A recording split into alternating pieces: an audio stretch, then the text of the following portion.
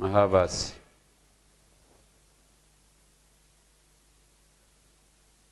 गुरुजी जी 331 पृष्ठ पर जी ये उभस्य सर्वनाम त्वे अकजर्थः, तो फिर कहा कि अन्याभाव द्विवचनता विषयत्वात्। जी।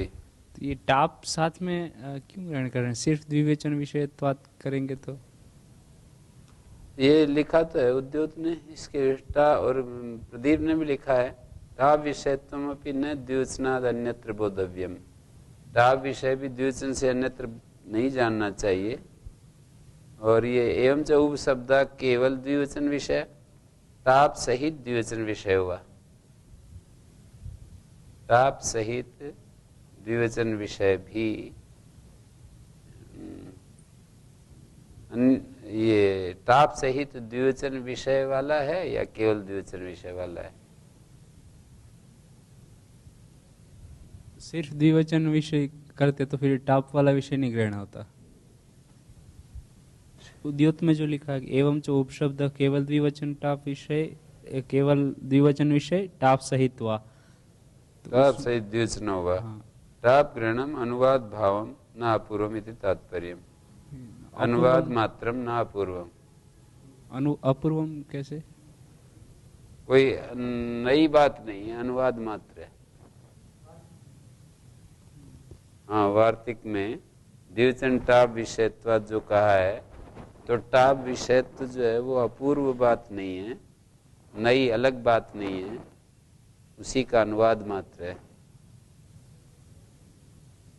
द्विवचन विषय जो मुख्य बात है उसी का पुनः कथन मात्र, अनुवाद मात्र है।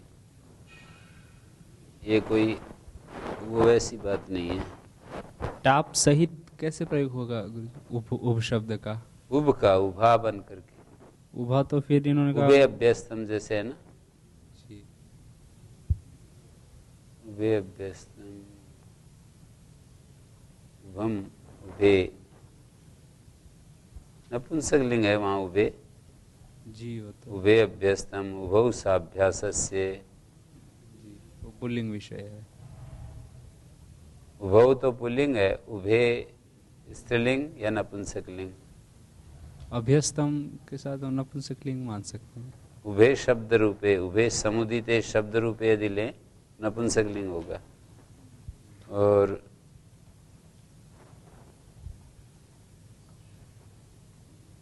उभे स्त्रीलिंग में भी होगा तो स्त्रीलिंग में होगा तो टाप आ जाएगा।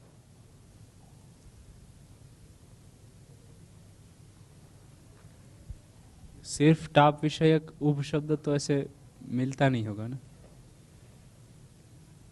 सिर्फ टाप विषय माने उभ और टाप। हाँ, उप शब्द से टाप होता है ना। जी उप शब्द से ज्यादातर टाप होगा, उभा बन जाएगा।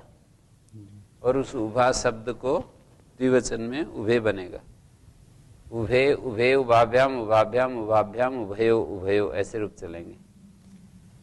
प्रथमा द्वितीय विभक्ति में उभे उभे, आगे उभाभ्याम उभाभ्याम उभाभ्याम, फिर उभयो उभयो ऐसा।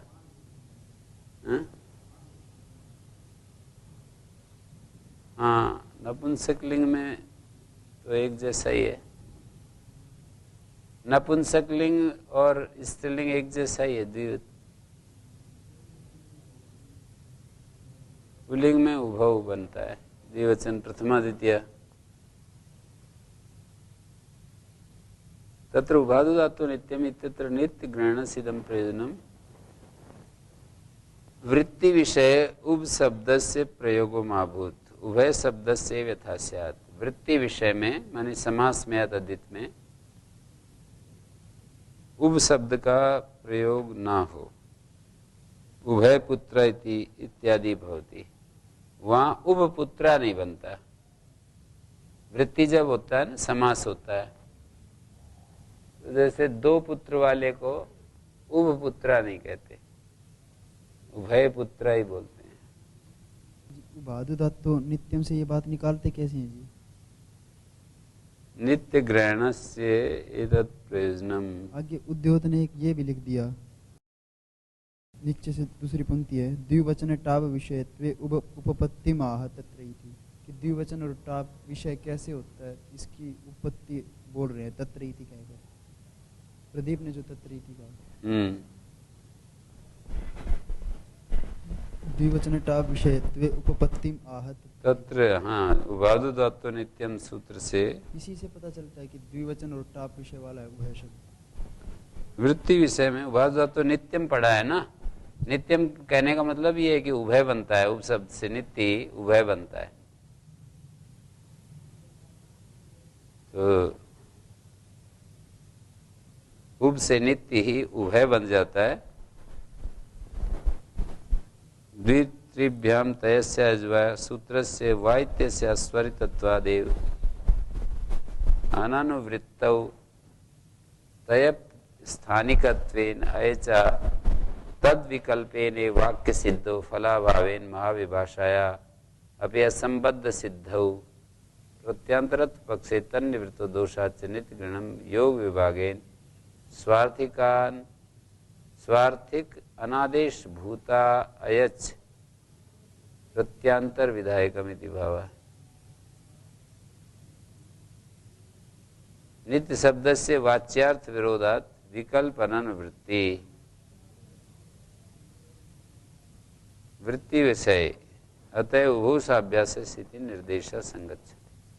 वृत्ति विषय में कभी भी द्विवचन वाला नहीं बनता है।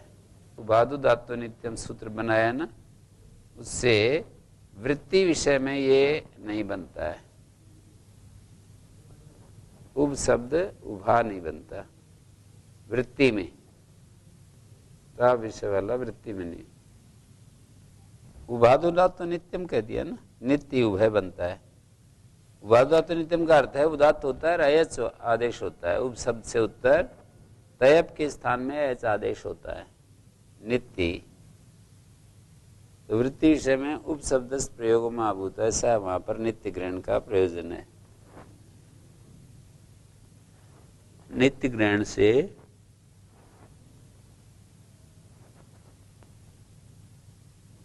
उभय शब्द बनता है।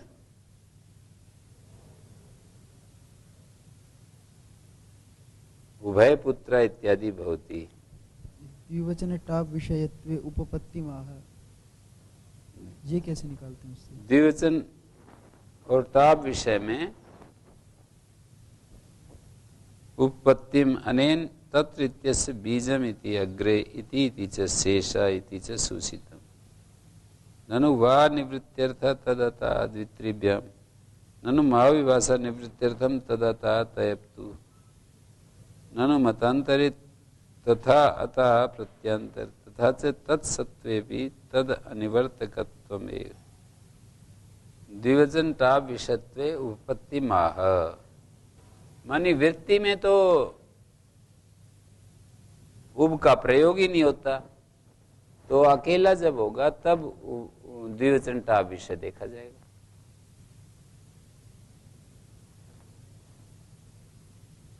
वो तो ठीक है जी, अकेला हुआ जब द्विवचन टाप विषय वाला होगा, पर ये द्विवचन और टाप विषय वाला होगा ये कैसे पता चलता है?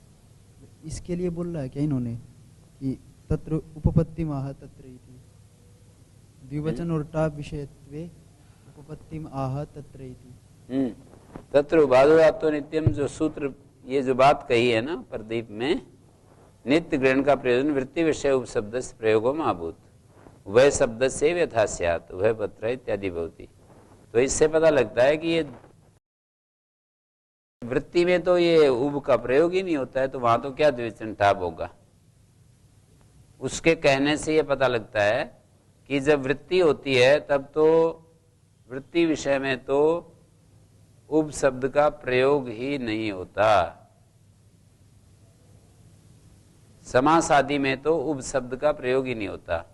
द्विवचन जो ये कहा महाभाष्य में द्विवचन टाप विषय, ये अकेले शब्द के बारे में कहा है। समास में तो ये इसकी उपपत्ति ये दिखा रहे हैं कि समास में तो होता ही नहीं है, नित्य कह दिया है। समास या तद्विवृत्ति में तो नित्य कह दिया है, तो कहाँ पर ये द्विवचन टाप विषय होगा। इस पंक्ति का अर्थ ये नहीं है कि उभय शब्द द्विवचन और टाप विषय वाला होता है, इसकी उत्पत्ति दिखा रहे हैं उस ऊपर से। हाँ, उसके विषयत्व में उत्पत्ति दिखा रहे हैं। तो विषय तो नहीं गुरुजी, मैं ये कह रहा हूँ कि उभय जो शब्द है ये द्विवचन और टाप विषय वाला होता है, इसकी ये बात नहीं कर रहे हैं। ये यूं कह रहे हैं ना, ये दिया भी है, द्विवचन टाप विषयत्व उत्पत्ति में, द्विवचन टाप विषयत्व में एक अनुकूल प्रमाण दे रहे हैं कि द्विवचन और टाप विषय उभय शब्द से कहाँ कहाँ होता है। हाँ। अच्छा, फिर भी गुरुजी जो उद्योग लिखा है कि द्विवचन असत्ताचा वृत्ति विषय एवं, हैं? सबसे आखिरी में उद्योग में अगले पृष्ठ पर हाँ, द्विवचन असत्ताचा वृत्ति विषय एवं इति आशयन कय्यटे वृत्ति विषय इति उत्तम। हाँ, तो ये पहले देख रहे हैं भाष्यकार के इसको कि द्विवचन और टाप विषय कहा है, और द्विवचन टाप विषय द्विवचन असत्ता। अच्छा, वृत्ति विषय द्विवचन असत्ता से वृत्ति विषय एव, द्विवचन की असत्ता केवल वृत्ति विषय में ही होती है, इस आशय से कई ने वृत्ति विषय ये पंक्ति लिखी है। नित्यम का प्रयोजन वृत्ति विषय में उभय शब्द का प्रयोग न हो इसलिए दिया। वहाँ पे ऐसे कुछ उभा शब्द का प्रयोग ना हो, हैं? क्योंकि वो देख रहे थे कि टाप विषय और द्विवचन है, और वृत्ति विषय ही ऐसा है जिसमें द्विवचन और टाप विषय का प्रयोग हो नहीं सकता, इसलिए उन्होंने नित्यम का प्रयोजन ये दे दिया। यदि पुनर्उपशब्दो द्विवचन टाप विषय कई दानिम अस्य, इस उपशब्द का अन्यत्र क्या होता है? तो उभयो अन्यत्र, अन्यत्र तो उभय बनता है, जैसे उभय पुत्र आदि में बनता है। अब ये बीच में ये एक नई सी बात चला दी ना, ये तो खत्म कर दी। किंच स्यात् यदि यत्र, गुरुजी उभय देव मनुष्य, इसका अर्थ क्या होगा यहाँ पर उभय शब्द का? इसका ये अर्थ है कि एक समुदाय है, उसका एक अवयव तो देव है और एक मनुष्य, उभयो मणि जैसे है ना, वैसा ही बहुवचन में है उभय, और उभया एक वचन में।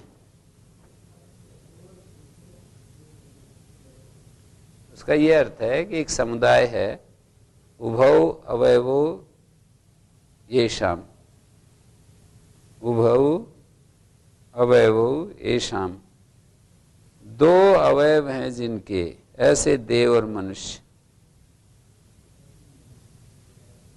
वहां एक वचन में कह रहे हैं उभौ अवयवो यस्य मणे, दो अवयव हैं जिस मणि के, उभयो देव उभयो मणि, और यहाँ पर उभय देव मनुष्य। ये बहुवचन में क्यों दिखा रहे जी, देव मनुष्य? उभय देव मनुष्य शब्द का अर्थ ये होता है कि एक समुदाय है, जैसे एक बड़ा समुदाय है, उसका एक वर्ग देव है और एक वर्ग मनुष्य है, उन पूरे समुदाय को उभय देव मनुष्य से कह रहे हैं। दो विभाग वाले हैं ये जो मनुष्यों का और देवताओं का समुदाय है ना, ये दो विभाग वाला उभय देव मनुष्य। उभय का अर्थ हो जाएगा दो अवयव हैं जिनके, ऐसे ये देवता और मनुष्यों का समुदाय है। उभय बहुवचन में है, देव मनुष्य ये भी बहुवचन में है, तो देवता और मनुष्यों का समुदाय बताया, और उस समुदाय में दो विभाग करके बता दिया। उभय तो द्विवचन में है ना जी, ये तो बहुवचन द्विवचन में भी घट गया और बहुवचन हो गया ना। ये मूल उब शब्द जो है वो तो बिना प्रत्यय के तो वृत्ति में तो उसका प्रयोग नहीं होता है, ताप आदि का प्रयोग नहीं होता है वृत्ति में। रही बात उब शब्द का ही प्रयोग नहीं होता है द्विवचन में, स्वतंत्र अकेले का तो हो जाता है। और उभय शब्द जो उब शब्द से उभय बनता है वो या तो एक वचन में बनता है या बहुवचन में बनता है, द्विवचन में नहीं बनता। वो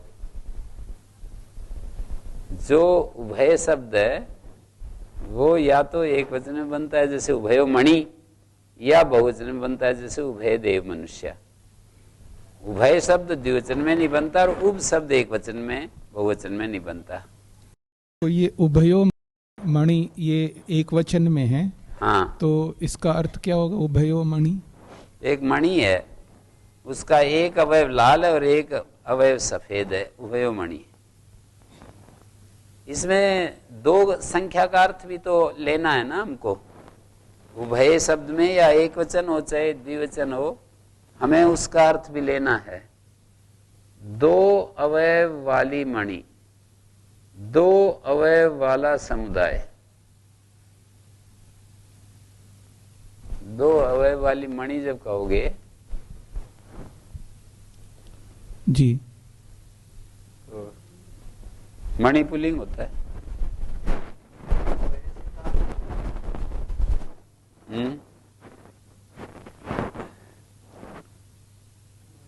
टाप विषय वाला होगा? वह सब तो नहीं, नहीं होगा, भैया नहीं होगा। फिर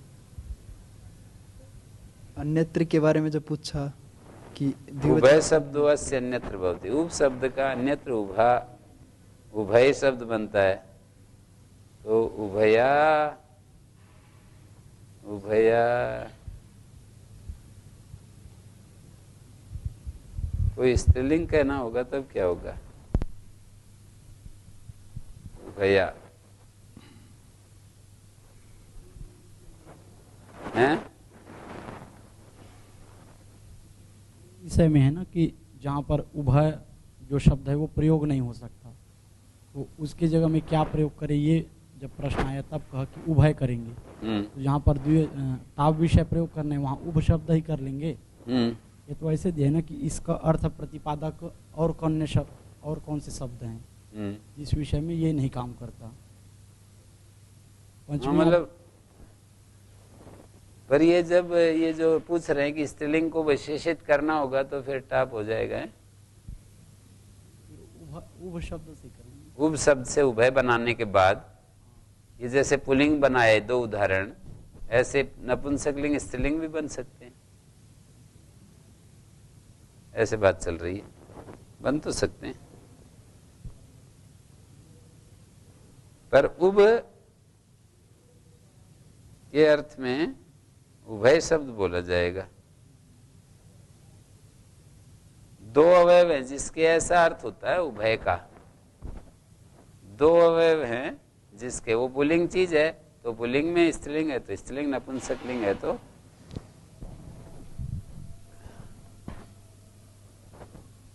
है? अवयव ना लेके दो हैं ऐसा करें ना ना, उसका अर्थ वैसा होता है, अवयव अर्थ जुड़ेगा जरूर। दो अवयव हैं जिसके, उसको उभय कहते हैं। इसका निर्धारण कैसे होगा जी? अवयव ही लिया जाए? वो उस सूत्र में कहा है ना, अच्छा, सूत्र 5वें अध्याय के द्वित्रिभ्याम तयस उभादु धातु नित्यम सूत्र है ना।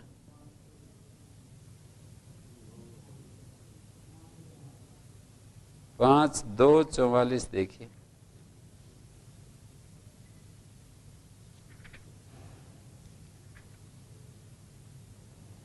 उप शब्दा तयपो नित्यम अयजादेश होती, तयप को नित्य जादेश होता है।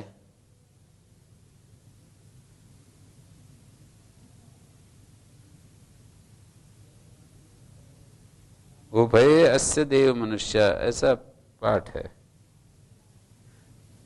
उप शब्द लोकी संख्या पूर्वेणे वीतस्य तयपा आदेश विधानार्थम वचनम अथन संख्या तयपम विधाय तस्य नित्यम अयजादेशो भवति। उप शब्द से परे तयप को नित्य ऐसा होता है, और ये कब होता है? तयप संख्या या अवयव तयप होता है और वहां तदस्य की अनुवृत्ति है। तो ये अर्थ है 5 अवयव है जिसके पंचतयम बनता है, पंचतयी बनता है। 5 अवयव हैं जिसके संख्या अवयव तयप होता है। अवयव से प्रत्यय विधान अवयवाः अवयविना संबंधिना इति सामर्थ्याद अवयवी प्रत्यार्थो विज्ञायते। 42वें सूत्र में ना ये कहा है कि अवयव अवयवी के संबंधी होते हैं, तो अवयवी ही यहाँ प्रत्यार्थ होता है। 5 अवयव हैं जिसके, वो अवयवी लिया जाएगा। 2 अवयव हैं जिसके, उब तो ये अवयवाचक हो गया, 2 संख्या को कह रहा है, और 2 अवयव हैं जिसके, वो अवयवी लिया जाएगा। तो वो अवयवी क्या है?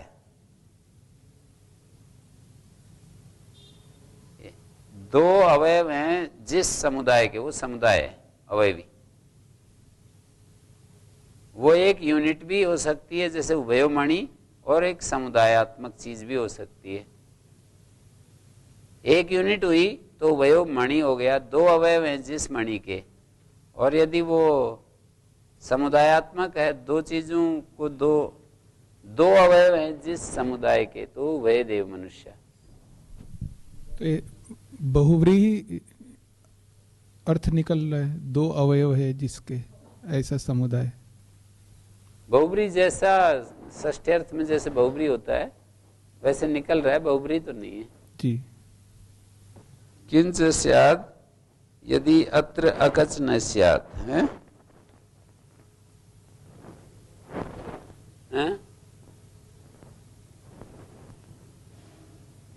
बहुवचन के कौन कौन से उदाहरण होंगे? उभय देव मनुष्य। ना इन्होंने कहा जैसे शुरू में अन्य भावों के नीचे वाले, अन्य भावो द्विवचन टाप विषय है स्यात्, उसका अंतिम भाष्य अन्यानि च सर्वनाम कार्याणि एकवचन बहुवचनेषु उच्यन्ते। अच्छा, बहुवचन आमि सर्वनाम न सुट, आमि सर्वनाम न सुट। समास में द्विवचन का कार्य नहीं होगा और टाप नहीं होगा, ऐसा कहा है? समास में तो द्विवचन होगा नहीं, मतलब तद्धित जो वृत्ति का है उसमें। हाँ, तद्धित या समास में उप शब्द का प्रयोग ही नहीं होता है।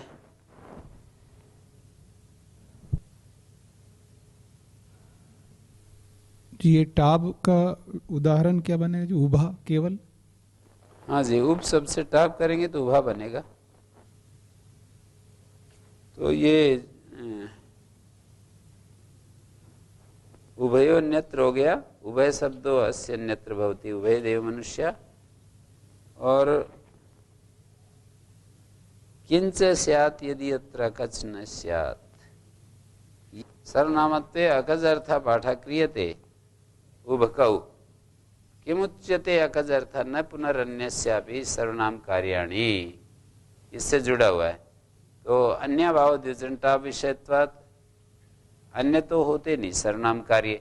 सर्वनाम कार्य सारे एक वचन में है या बहुवचन में है? द्विवचन में कोई सर्वनाम कार्य है ही नहीं। वैसे सर्वनाम तृतीया च सामान्य रूप से कर सकते हैं, सर्वनाम तृतीया विभक्ति होती है ना, उभाभ्याम हेतुभ्याम, तो वो अलग प्रकार का एक प्रयोग है। किंच स्यात् यदि अत्र अकच न स्यात्, अकच नहीं होगा तो क्या होगा? क होगा। कस्य इदानीं काक्सोर विशेषा, क और अकच में क्या भेद पड़ेगा? तो कहते हैं उप शब्दोयम द्विवचनता विषय तत्र अकची सती, अकच यदि होगा द्विवचनता विषय है ना, तो अकच होगा तो अकच स्तन मध्य पतितत्वात् शक्यते तद वक्तुम द्विवचन परोयमिति, के पुनः सति न द्विवचन पर तत्र द्विवचन परता वक्तव्या, यथैव तरी के सति नायम द्विवचन परा एवं अची अपि सति नायम द्विवचन परा स्यात्।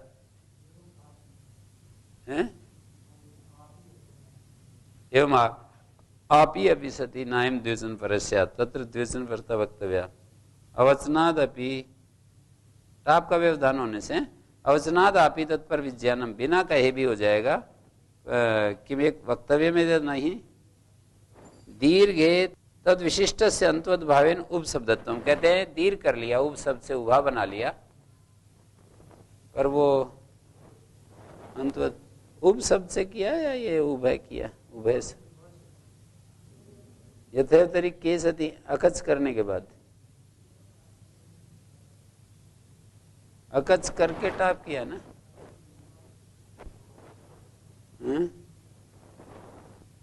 यथैव तरी के सति, अच्छा के सति नायम द्विवचन परक, कै में जैसे द्विवचन परक नहीं है, के सती नायम द्विवचन परा एवं आपी अपि सती, नायम द्विवचन परा आप होने पर भी, अर्थात उप शब्द से टाप कर दिया तो बोले कि वो तो अवचनाद अपि आपी, अवचनाद आपी तत्पर विज्ञानम, बिना कहे भी पूर्वकांतवत होगा तो वो उभ ही दिखेगा ना, द्विवचन परक मिल जाएगा उपशब्द।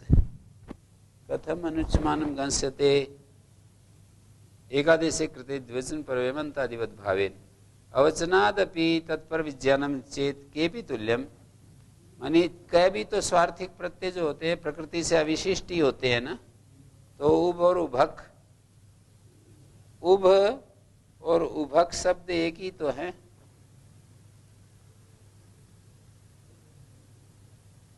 उभ और उभक एक ही है बस। अगज का क्या खंडन कर दिया है? उभ शब्द का ही खंडन कर दिया ना, सर्वनाम संज्ञा के लिए कोई प्रयोजन नहीं। लेकिन यहाँ 333 पृष्ठ पर प्रदीप ने लिखा है प्रत्याख्यातो अगज अर्था उपशब्द से पाठ। अगज के लिए प्रत्याख्यान है, सर्वनाम तृतीया च तो है, षष्ठी और तृतीया के लिए तो है उसका प्रयोजन, ऐसे दिया है ना गुरुजी। हाँ जी। ये जो द्विवचन टाप विषय में एक बात, एक लौकिक व्यवहार को मैंने यहाँ समास में घटाने के लिए सोचा। तो वो ऐसा सोचा कि कोई अधिकारी एक लैपटॉप का थैला पकड़ा दिया था नौकर को, तो वो कभी मांगता है लैपटॉप दे दो तो वो लैपटॉप दे देता है, और कभी थैला दे दो कहता है तो भी थैला सहित लैपटॉप ही देता है। तो ऐसी स्थिति में ध्यान, ऐसी इस प्रकार लौकिक व्यवहार को ध्यान में रख करके यदि द्विवचन टाप विषय में घटा देंगे तो समास उपपन्न हो जाएगा।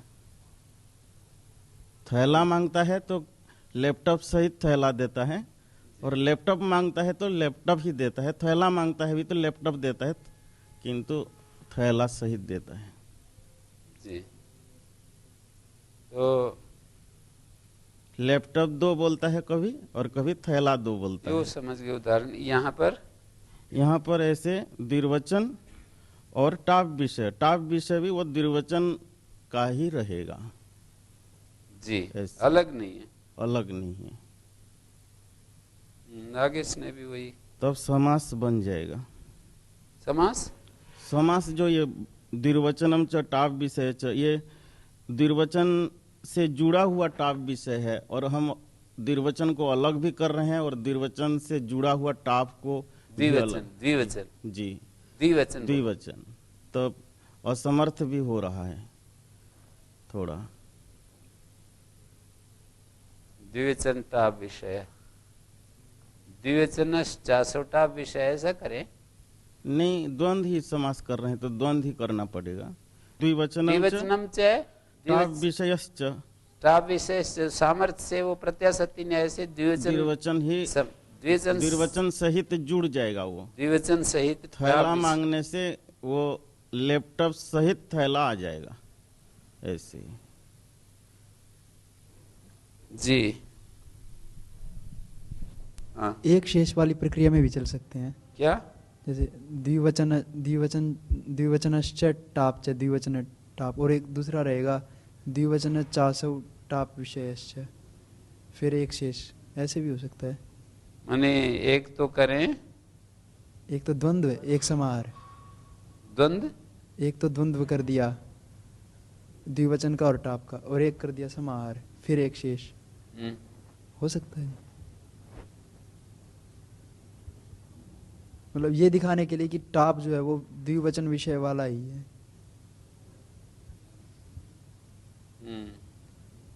द्विवचन टाप विषय केवल प्रत्याशक्ति न्याय से द्वंद्व से ही बन जाएगा गुरुजी।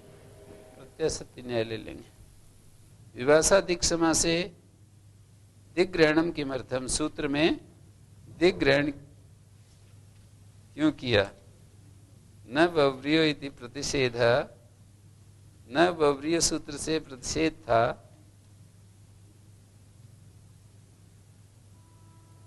तो न ज्यायते क्व विभाषा क्व प्रतिषेधा। न बव्रियो निषेध था ना जी, तो उसमें हमको ये नहीं पता चलता कि कहाँ तो विभाषा होता है और कहाँ प्रतिषेध होता है। तो ये दिग् ग्रहण से पता चल गया कि दिक् समास में तो विभाषा है और दिग् समास से अन्यत्र प्रतिषेध है, ऐसा बता दिया। जैसे अन्यत्र का उदाहरण बनेगा प्रिय विश्वाय द्व्यन्याय। प्रिय विश्वाय द्व्यन्याय, दो अन्य हैं जिसके द्व्यन्याय। प्रिय है विश्व जिसका, प्रिय विश्वाय। तो ये अन्यत्र प्रतिषेध हो गया, न बहुब्रीय लग गया यहाँ पर। प्रिय है विश्व जिसको, प्रिय विश्वाय द्व्यन्याय। और ये वाला जो उदाहरण बनेगा विभाषा दिक् समास से बहुब्रीय, तो इसमें विकल्प हो जाएगा। जैसे उदाहरण है उत्तर पूर्वस्य, उत्तरस्याश्च पूर्वस्याश्च दिशोर्यद अंतरालम। तत्समास ग्रहणम किमर्थम, सूत्र में समास क्यों पढ़ा?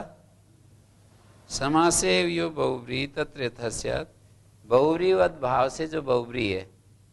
समास की समस्या इसलिए आई कि बहुब्री तो समास ही होता है ना, तो दिशी बहुब्री हो ऐसा ही कह देते।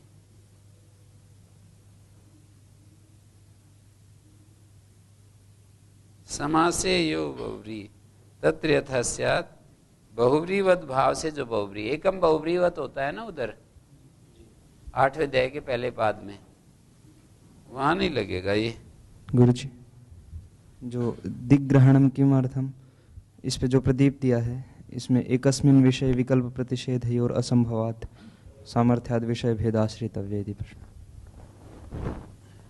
इसमें एकस्मिन विषय, ये दिक् को हटा करके देख रहे हैं, विभाषा बहुरी हो ऐसा सूत्र बना रहे हैं। एकस्मिन विषय, अस्मिन 3 नंबर टिप्पणी देखिए। अस्मिन सूत्र दिक् पदा भावे बहुब्रीय हो अनेन विकल्पा उत्तर सूत्रेण से निषेधा इति एकत्र निषेध विकल्पयो अनुपत्तिर वैयर्थ्यम च। अनुपत्ति भी हो जाएगी, निषेध और विकल्प की व्यर्थता भी। तत्सामर्थ्या लक्षानुसारेण कश्चित विशेष आश्रयण इति अर्थम आह। लक्ष्य के अनुसार कोई विशेष तो होना ही चाहिए, तो इसके लिए कहा प्रदीप ने एकस्मिन विषये विकल्प प्रतिषेध असंभवात। एक विषय में विकल्प और प्रतिषेध नहीं हो सकता।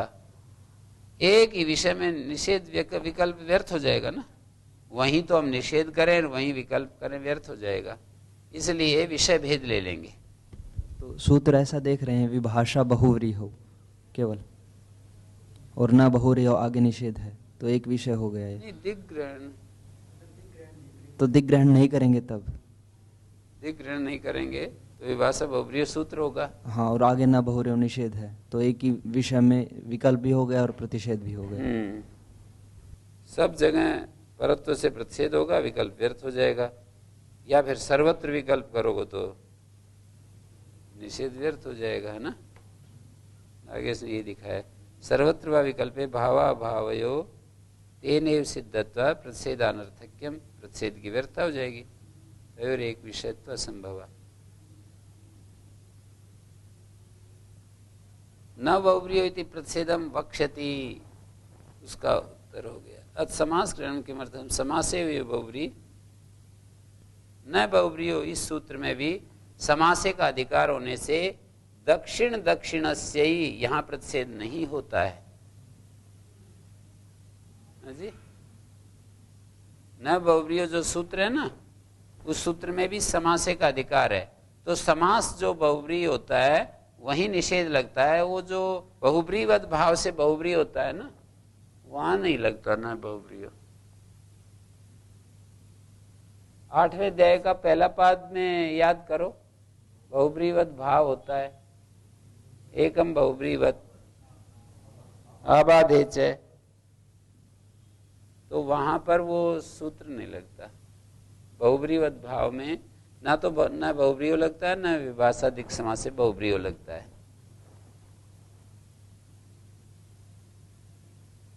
दक्षिण दक्षिणस्य देही, ये आबादा में ना,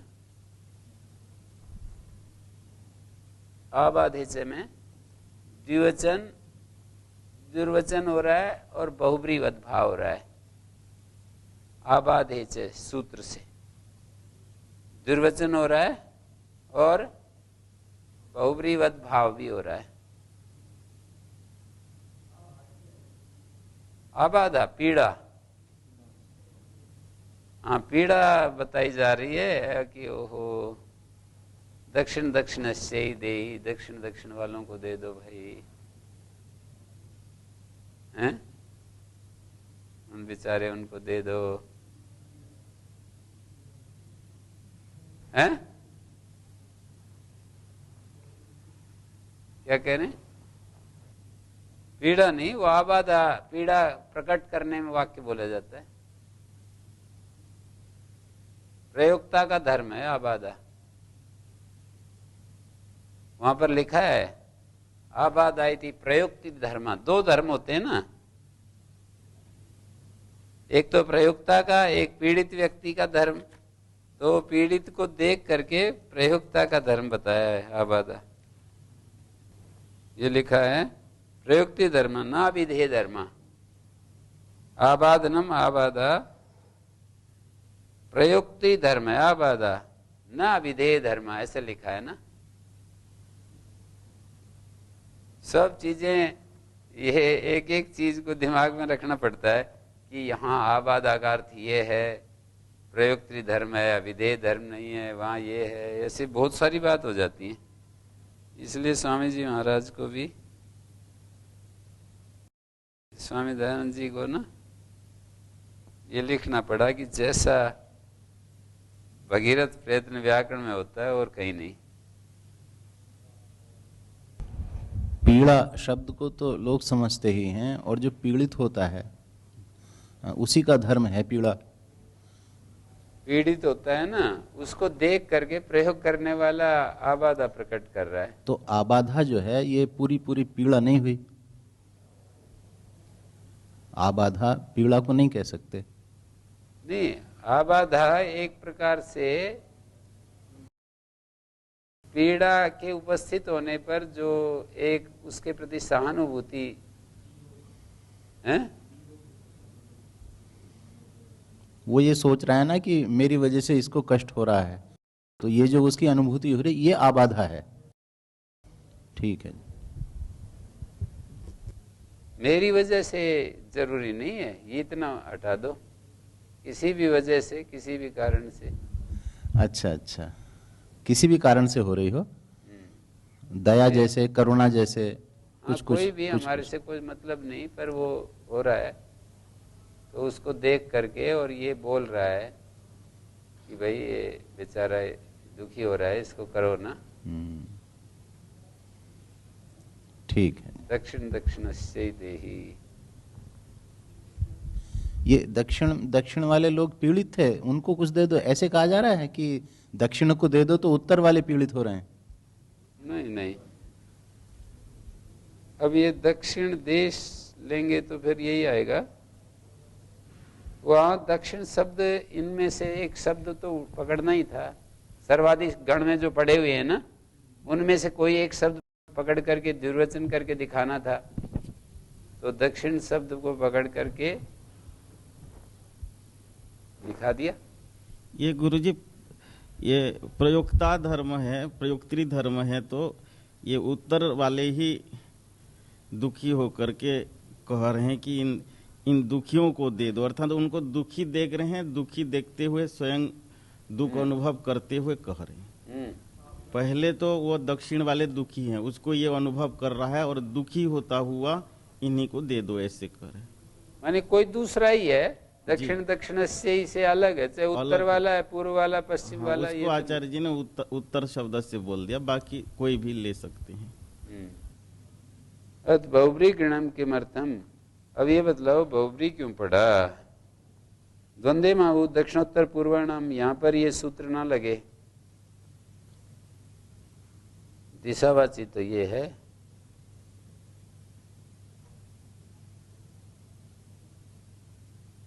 ये दक्षिणादिक, दक्षिण देश, दक्षिणादिक, दक्षिणा को पूर्ण भाव हो जाएगा। फिर दक्षिणा शब्द से दक्षिण, दक्षिण दक्षिणस्य देही जो प्रयोग है ना जी, वो स्त्रीलिंग का जो दक्षिणा शब्द है, दक्षिणा के दो अर्थ होते हैं, एक तो दक्षिणा यज्ञ की दक्षिणा, और एक होती है दक्षिणा दिशा, दक्षिणाधिक इंद्रोधिपति तिरश्चिराजी रक्षिता वाला जो दक्षिणाधिक है।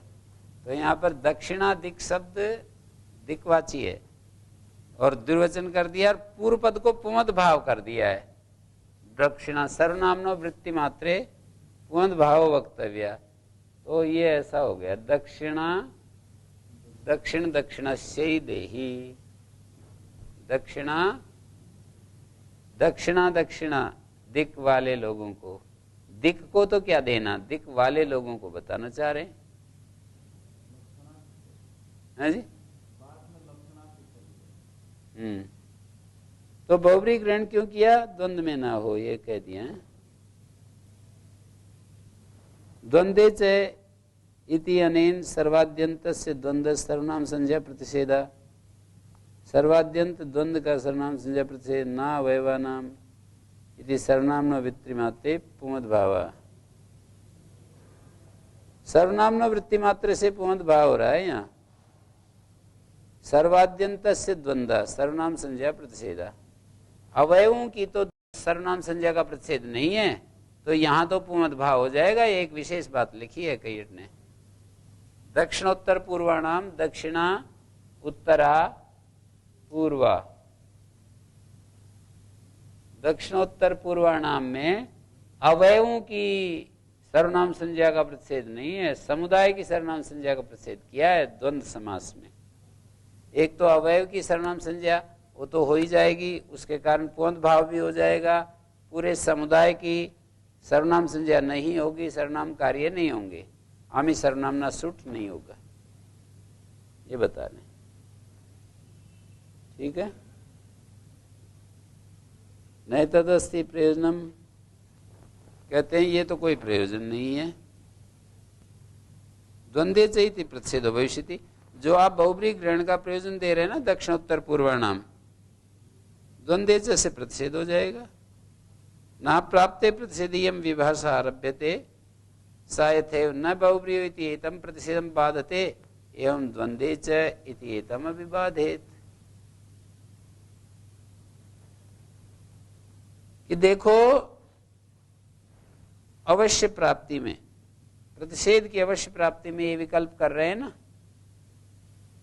तो वो जैसे न बहुब्रियों को बाधेगी ऐसे ही द्वंद्वेचय को भी बाधेगी। दो सूत्र हैं इससे आगे, न बहुब्रियो और द्वंद्वेचय। ये बोले ना ये प्रयोजन नहीं है, द्वंद्वेचय से प्रतिषेध हो जाएगा। तो ये वाला जो सूत्र है विभाषा दिक् समासे बहुब्रियो, यदि बहुब्रियो को ग्रहण नहीं करेंगे, विभाषा दिक् समासे सूत्र बनाएंगे, तो ये विकल्प जो है द्वंद्व में भी लगेगा और बहुब्री में भी, न बहुब्रियों के विषय में भी लगेगा, द्वंद्वेचय के विषय में भी लगेगा। ना प्राप्ते प्रतिषेधे यम विभाषा आरभ्यते सा यथैव न बहुब्रियो इति एतम प्रतिषेधम बाधते एवं द्वंद्वेचय प्रतिषेधम अपि बाधेत। न बाधते, नहीं बाध सकता ये सूत्र उसको, द्वंद्वेचय को। किं कारणम ए ना प्राप्ते तस्य बाधनम भवति, अवश्य प्राप्ति होने पर बाधन होता है। बहुब्री समासे न च अप्राप्ते न बहुब्री इति तस्मिन् प्रतिषेधे, बहुब्री में तो न बहुब्रियों की अवश्य प्राप्ति में ये विकल्प है, द्वंद्व समास में तो द्वंद्वे च इति तस्मिन् पुनः प्राप्ते च अप्राप्ते च। बहुब्रियों न हटाने के बाद विचार कर रहे हैं ना, बहुब्रियों हटाने के बाद बहुब्रियों सूत्र में न रख करके तब विचार कर रहे हैं विभाषादिक समासे क्या परिस्थिति बनेगी। विभाषादिक समासे सूत्र ये ए ना प्राप्ते तस्य बाधन भवति, इस नियम से बहुब्री के विषय में तो अवश्य प्राप्ति में न बहुब्रीहि बनाया, न बहुब्रीहि की अवश्य प्राप्ति में विभाषादिक समास से माना जाएगा। द्वंद्वे च की अवश्य प्राप्ति में नहीं माना जा सकता। प्राप्ति और अप्राप्ति दोनों बनेगी। कैसे कैसे? प्राप्ति अप्राप्ति दोनों कैसे बनेंगी? द्वंद्वे चेतेन तो न व्याप्त विभाषा जैसी, यहाँ जस में विकल्प विधान होने के कारण विभाषा जसी, जस में विकल्प विधान होने के कारण इससे द्वंद्व में यदि विकल्प हो जाए तो जसी अनुवाद दोष आने लगेगा। विभाषा जसी ने क्या किया? ये सूत्र तो विकल्प करता है और ये सब जगह यदि विकल्प कर दे, द्वंद्व में भी कर दे तो जस में भी विकल्प होगा ना, और विकल्प हो गया तो विभाषा जसी क्या करेगा? तो विभाषा जसी सूत्र के कारण से अनुवाद दोष होने लगेगा। बहुब्रीहि तो अनुवाद दोषम अलभ माना। बहुब्रीहि में तो कोई अनुवाद दोष नहीं है। कृतार्था सती परत्वादियम विभाषा द्वंद्वे च इत्यनेन बाध्यते। कृतार्थ होती हुई अलभ माना, बहुब्रीहि तो अनुवाद दोषम अलभ माना। कृतार्था सती, सती स्त्रीलिंग किसको कह रहा है? विभाषा को कह रहा है। परत्वादियम विभाषा द्वंद्वे च इत्यनेन बाध्यते, द्वंद्वे च के द्वारा बाधित होगा। ठीक है।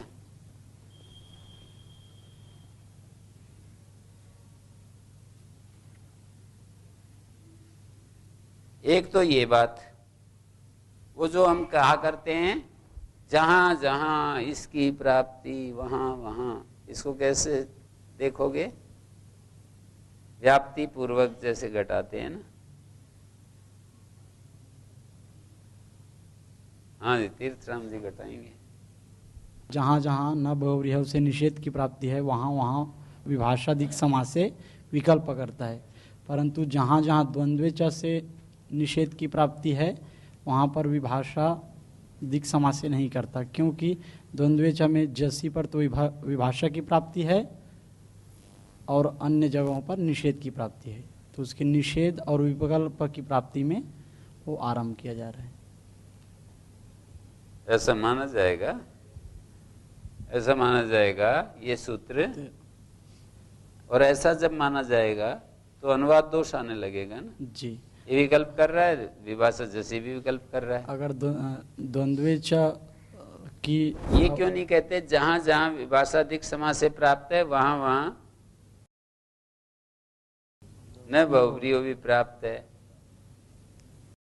लेकिन जहां जहां विभाषादिक समास से प्राप्त है वहां वहां द्वंद्वे च प्राप्त भी है अप्राप्त भी। इधर से क्यों नहीं बोलते? दो तरफ से बोल सकते हैं ना इस बात को। जहां जहां विभाषादिक समास की प्राप्ति है वहां वहां न बहुब्रीहि की भी प्राप्ति है, और जहां जहां विभाषादिक समास की प्राप्ति है द्वंद्वे च की प्राप्ति है। ऐसा क्यों नहीं बोलते? आपने जो बोला वो उधर से बोला है। उधर से मानी जहां जहां न बहुब्रीहि की प्राप्ति है वहां वहां विभाषादिक समास की प्राप्ति है, जहां जहां द्वंद्वे च की प्राप्ति है वहां वहां विभाषादिक समास की प्राप्ति और अप्राप्ति दोनों है। हाँ जी अभयम जी, दोनों क्यों बोले? इधर से क्यों बोले, इधर से क्यों नहीं बोल रहे?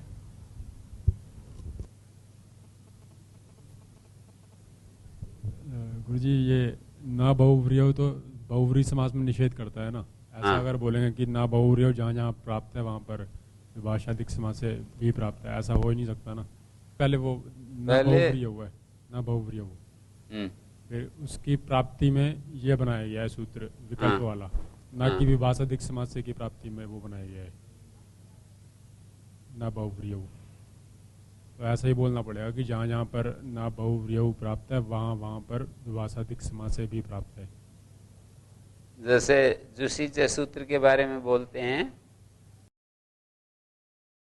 जहाँ जहाँ जुसी च प्राप्त है वहाँ वहाँ सार धातु का प्राप्त है, जो है वो कराते हैं। वहाँ ऐसे ही यहाँ पर विभाषादिक समास से करा रहे हैं, तो वहाँ जुसी च जैसे जहाँ जहाँ जुसी च प्राप्त है वहाँ वहाँ सार धातु का पित्त से सार धातु का पित्त भी प्राप्त है। पर जहाँ जहाँ जुसी प्राप्त है यासुट का गीत प्राप्त भी है अप्राप्त भी है। जब यासुट का गीत आएगा तो प्राप्त है, यासुट का गीत नहीं आया तो अप्राप्त हो गया।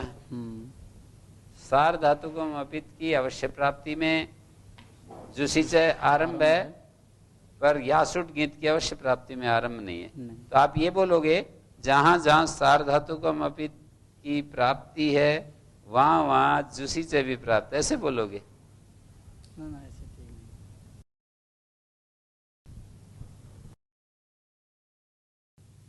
तो यहाँ तो आप वैसे बुलवा रहे, आप तो ऐसे बुलवा रहे यहाँ कि जहां जहां इनका समर्थन कर रहे हो ना आप। नहीं, मैं तो वैसे इन जैसे बोल रहे थे वैसे ही बोल रहा हूँ मैं अभी। हाँ, तो वही मैं कह रहा हूँ हाँ। कि जैसा ये बोल रहे हैं वैसा ही समर्थन कर रहे हो ना। हाँ, तो इसमें तो ये निकलेगा कि सार धातुकों पे जहाँ जहाँ पर प्राप्त है वहाँ पर जुसीचय भी प्राप्त है। जहां जहां सार धातुकम अपित प्राप्त है वहां वहां जुसीचय आरंभ है, ऐसा बोलना पड़ेगा जी। ऐसा तो है नहीं। जहां जहां सार धातुकम अपित तो बहुत जगह है, ऐसे बोलेंगे सार धातुकम अपित की अवश्य प्राप्ति में तो शुरू तो यहाँ से करना पड़ता है। जहां जहां जुसीचय की प्राप्ति है वहां वहां सार धातुकम अपित की भी प्राप्ति है। हाँ, ये सही है ना। तो ऐसे ही यहाँ पर भी न बहुब्रीहि की अवश्य प्राप्ति है ना, तो ये बोलना पड़ेगा विभाषादिक समास से जहां जहां प्राप्त है वहां न बहुब्रीहि भी प्राप्त है, और जहां जहां विभाषादिक समास से प्राप्त है उन द्वंद्वचय प्राप्त भी है, प्राप्त भी है। ठीक है जी। जब हम यूं कहेंगे ना विभाषादिक समास से जहां जहां प्राप्त है वहां न बहुब्रीहि भी प्राप्त है, तभी तो न बहुब्रीहि की अवश्य प्राप्ति में ये सूत्र बनेगा। जहां जहां विभाषादिक समास से प्राप्त है वहां न बहुब्रीहि भी प्राप्त है, पर जहां जहां विभाषादिक समास से प्राप्त है वहां वहां द्वंद्वचय प्राप्त भी है, अप्राप्त भी है। कैसे प्राप्त अप्राप्त है? इसमें ऐसे कर सकते हैं निर्धारण की जो हम पहले स्टेटमेंट रख रहे हैं कि सार्वधातुकों पे गीतवत हो की प्राप्ति में जुसीचय आरंभ है, और फिर इसकी व्याप्ति दिखाना तो जुसीचय से स्टार्ट जहाँ जहाँ जुसीचय है वहाँ सार्वधातुकों पे गीतवत है। हाँ। लेकिन जहाँ जहाँ जुसीचय है वहाँ यासुट गीत है भी और नहीं भी। ऐसा यासुट का गीत है भी नहीं, तो ऐसे ही विभाषादिक समास से ही शुरू करना पड़ेगा ना। अगर हमने ये कहा कि न बहुब्रीहि हो की अवश्य प्राप्ति में विभाषादिक समास है, तो जहाँ जहाँ विभाषादिक समास है वहाँ वहाँ न बहुब्रीहि हो, लेकिन जहाँ विभाषादिक समास है वहाँ द्वंद्वचय नहीं है। द्वंद्वचय है भी और नहीं भी, ऐसे नहीं भी है। ये विभाषा आरभ्यते द्वंद्वचय तस्मिन् प्राप्त, व्याप्ति वाला समझ में अच्छा लगता है।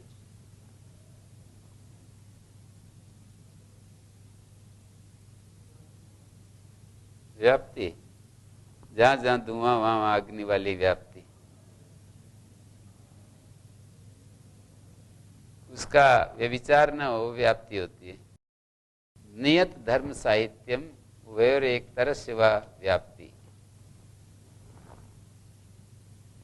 दो का नियत धर्म साहित्य या दो में से किसी एक का नियत धर्म साहित्य व्याप्ति होती है। सांख्य का सूत्र है नियत धर्म साहित्यम द्वयोर एक तरह से वह व्याप्ति। तो ये बात एक हो गई। दूसरा समाधान, तीसरा समाधान तो अथवा पुरस्तादपादानंतरान विधीन बाधन्तेन उत्तरान इत्येवं इयं विभाषण न बहुब्रीहि प्रतिषेधम बाधिष्यते द्वंद्वचय इति एतम न बाधिष्यते।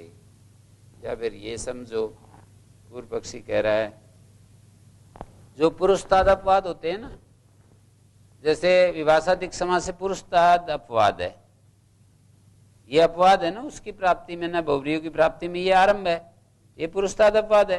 पुरुषताद अपवाद अनंतर विधि को बांधते हैं, उत्तर विधियों को नहीं बांधते हैं। द्वंद्वचय तो उत्तर विधि है। इस सूत्र के अनंतर विधि जो है वो न बहुब्रीहि है, द्वंद्वचय को नहीं बांधेगा। अथवा एक और तरीका भी बता रहे हैं, इदम तावदेयं प्रष्टव्य, इस व्यक्ति से अब ये पूछना चाहेंगे एकस्मान् भवति अनेक मन्य पदार्थे सूत्र से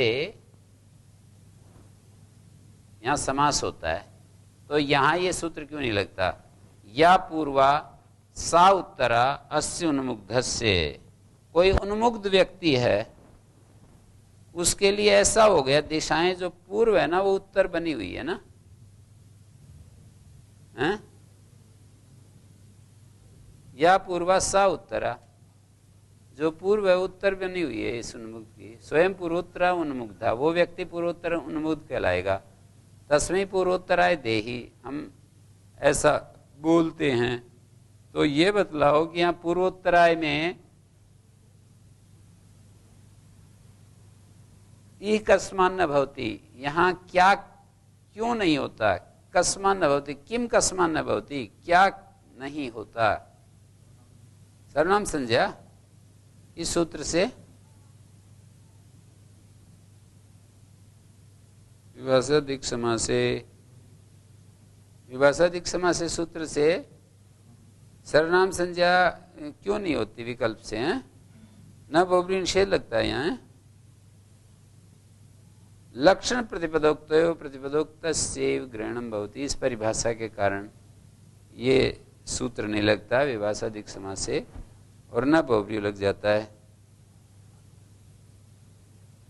दिक् समासे इति व्यपदेशः दिङ् नामानि इति वीतस्य न्याय्य तत्र दिक् शब्दो अस्ति। लक्षण प्रतिपदोक्त प्रतिपदोक्तस्य दिक् समास इति व्यपदेशः दिङ् नामानि इति वीतस्य न्याय्य तत्र दिक् शब्दो अस्ति। इदं तावदयं प्रष्टव्य कस्मान् न भवति, या पूर्वासा उत्तरास्य उन्मुग्धस्य स्वयं पूर्वोत्तरा उन्मुग्धा तस्मै पूर्वोत्तराय देहि। ये अवश्य आश्रय करना पड़ता है इस परिभाषा का। तो इस परिभाषा सिद्ध है तो बहुब्री ग्रहण व्यर्थ ही हो गया है। पूर्व पक्षी ने खंडन कर दिया ना, इन्होंने कहा न तदस्ति प्रयोजन द्वंद्वे चैति प्रतिषेधो भविष्यति। ये बात चल रही है बहुब्री ग्रहण क्यों किया, बोले द्वंद्व में ना हो, न तदस्ति प्रयोजनम अप्राप्ते प्रतिषेधीयम विभाषा आरभ्यते स यथैव न बहुब्री इति एतम प्रतिषेधम बाधते एवं द्वंद्वे चैति एतम अपि बाधेत। ठीक है,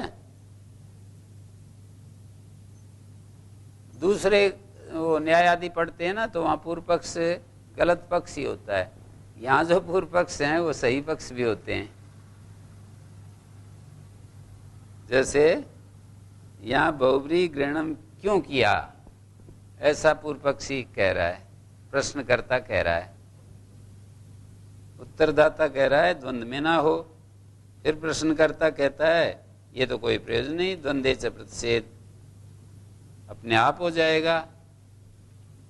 तो कह रहे हैं उसकी अवश्य प्राप्ति में ये विकल्प आरंभ है, तो जैसे वो न बहुब्रियों को बांधता है द्वंद्वे च को भी बांधने लगेगा। तब वो जो प्रश्न करता था ना कि बहुब्री ग्रहण क्यों किया, उसने एक हेतु, दो हेतु, तीन हेतु दे दिए हैं कि पुरुषतादपवादा अनंतरान विधिन भावन्ते, ऐसा ले लो, या ये ना प्राप्ते तस्य बाधनं भवति, तो न च प्राप्ते बहुब्री हो, न च प्राप्ते बहुब्री समास में तो न च प्राप्ते आरभ्यते, यम विभाषा है न बहुब्री की अवश्य प्राप्ति में ये विकल्प है, और द्वंद्व समास में द्वंद्वे च की प्राप्ति अप्राप्ति में। एक तो ये प्रश्नकर्ता ने बात कही, दूसरी प्रश्नकर्ता की बात है पुरुषतादपादानंतरान विधिन बाधन्ते नोत्तरान, तीसरी उसकी बात है अथवा इदम तावदेम प्रष्टव्या।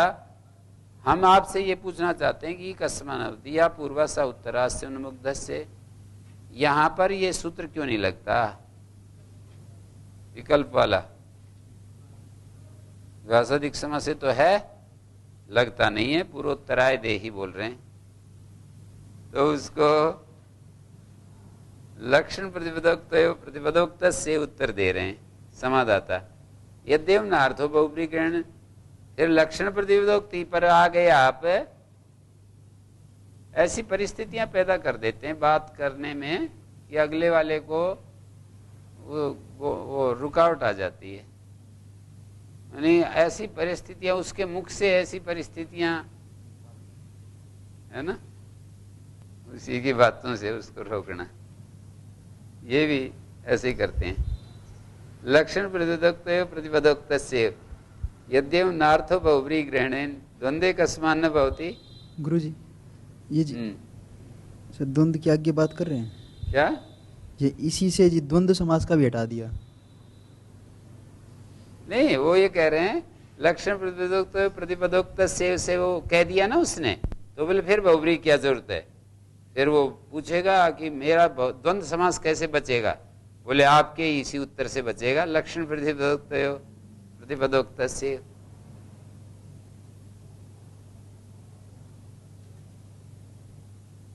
लाक्षणिक मान रहे द्वंद्व समास को, तो है तो ये भी लाक्षणिक फिर तो। नहीं नहीं नहीं, द्वंद्व समास तो लाक्षणिक है ही, प्रतिपदोक्त होता है। जैसे दिंग नामान्यंतराले, दिशावाची शब्दों का नाम लेकर के जो ये प्रतिपदोक्त है। तो ये भी भाषादिक समास से सिर्फ उस एक सूत्र के लिए।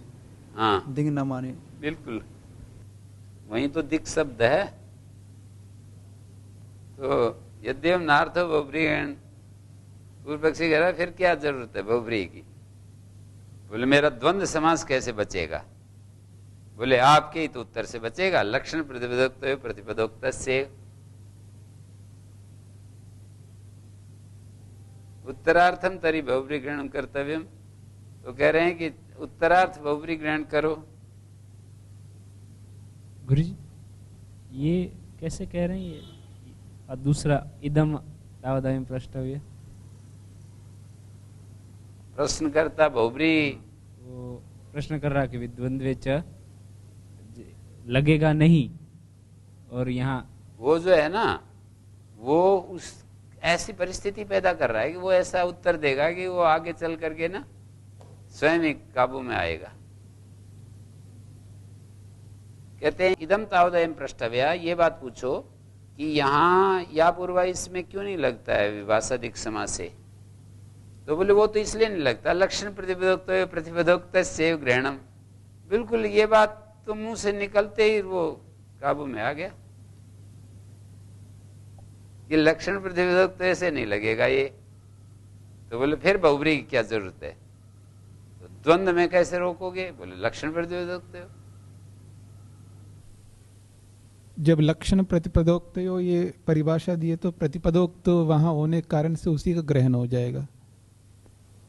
दिक् समास दिंग में नामान्यंतराले सूत्र है ना जी, उससे जो समास होता है वो प्रतिपदोक्त समास होता है, वहीं विभाषादिक समास है लगेगा जी। बहुब्री की क्या जरूरत है, हैं?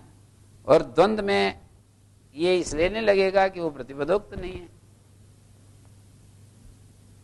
ये जैसे उसके सामने रखी है समस्या जी, बहुब्री का खंडन करने वाला व्यक्ति ने समस्या रखी उसके सामने कि मैं आपसे एक बात पूछना चाहता हूं, या इदम तावदयम, इससे एक बात पूछनी चाहिए कि यहाँ पर या पूर्वा सा उत्तरास्य अनुमुग्ध से यहाँ पर क्यों नहीं लग रहा है विभाषादिक समास से? बहुब्री ग्रहण करने पर भी क्यों नहीं लग रहा? बहुब्री ग्रहण करने पर भी क्यों नहीं लग रहा? आपसे मैं पूछता हूं। तो बोला वहां तो लक्षण प्रतिपदोक्त परिभाषा लग जाती है जी। बोला ठीक है, लक्षण प्रतिपदोक्त यदि लग जाती है तो यहाँ भी लग जाएगी, दक्षिणोत्तर पूर्वाणाम में भी लग जाएगी। द्वंदेच सूत्र, ये द्वंदेच जो सूत्र है ना, ऐसे बोले ना कि ये उसको भी बांधने लगेगा, तो लक्षण प्रतिपदोक्त परिभाषा जब लग जाएगी तो उसको कैसे बांधेगा? प्रतिपदोक्त नहीं है। प्रतिपदोक्त तो एक ही है ना, ये दिग्नामान्यंतराले जी। द्वंद्व समास में जो उदाहरण दे रहे हैं वहां तो प्रतिपदोक्त है ही नहीं, लाक्षणिक ही माना जाएगा।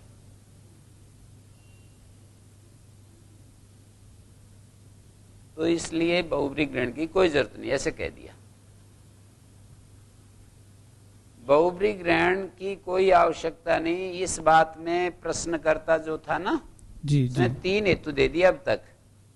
एक तो अवश्य प्राप्ति में बाधा होती है, ये ना प्राप्ते तस्य बाधनम भवति, इस नियम से। दूसरा पुरस्ताद अपवादानंतरान विधिन बाधन्ते नोत्तरान, मतलब ये वाला सूत्र न बहुव्रीहि को बाधेगा, द्वंद्व च को नहीं बाधेगा। पहला उत्तर भी समझ में आया। ये ना प्राप्तियो विधिरारभ्यते से तस्य बाद को भवति। तो ये जो सूत्र है विभाषादिक समास है, न बहुव्रीहि को बाधेगा, इसको नहीं बाधेगा द्वंद्व च को। तीसरा उत्तर ये है कि लक्षण प्रतिपदोक्त परिभाषा से विभाषादिक समास से न बहुव्रीहि को बाधेगा, द्वंद्व च को नहीं बाधेगा। 3 उत्तर हो गए यहाँ तक जी। द्वंद्व का स्थान होती लक्षण प्रतिपदोक्त। तो आगे कहते हैं उत्तरार्थम तरी बहुव्रीहि ग्रहणम कर्तव्यम। समादाता कह रहा है अच्छा तो उत्तर सूत्र के लिए न कर्तव्यम क्रियते तत्र न बहुव्रीहि द्वितीयम कर्तव्यम, कहते दूसरा एक और करना चाहिए। बहुव्रीहि रेव यो बहुव्रीहि तत्र यथा स्यात्, बहुव्रीहिवत् भावेन यो बहुव्रीहि तत्र मा भूत्। बहुव्रीहिवत् भाव है ना जहाँ, वहां ना लगे वो सूत्र न बहुव्रीहि।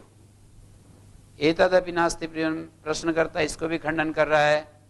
समासे इति वर्तते तेन बहुव्रीहि विशेषयिष्यामः, समासेव बहुव्रीहि। मुख्य बहुव्रीहि लेंगे, गौण बहुव्रीहि नहीं लेंगे। बहुव्रीहिवत् भाव गौण बहुव्रीहि है, वहां नहीं लगेगा। इदंतरि प्रयोजनम, आखिरी में समाधाता एक उत्तर देता है।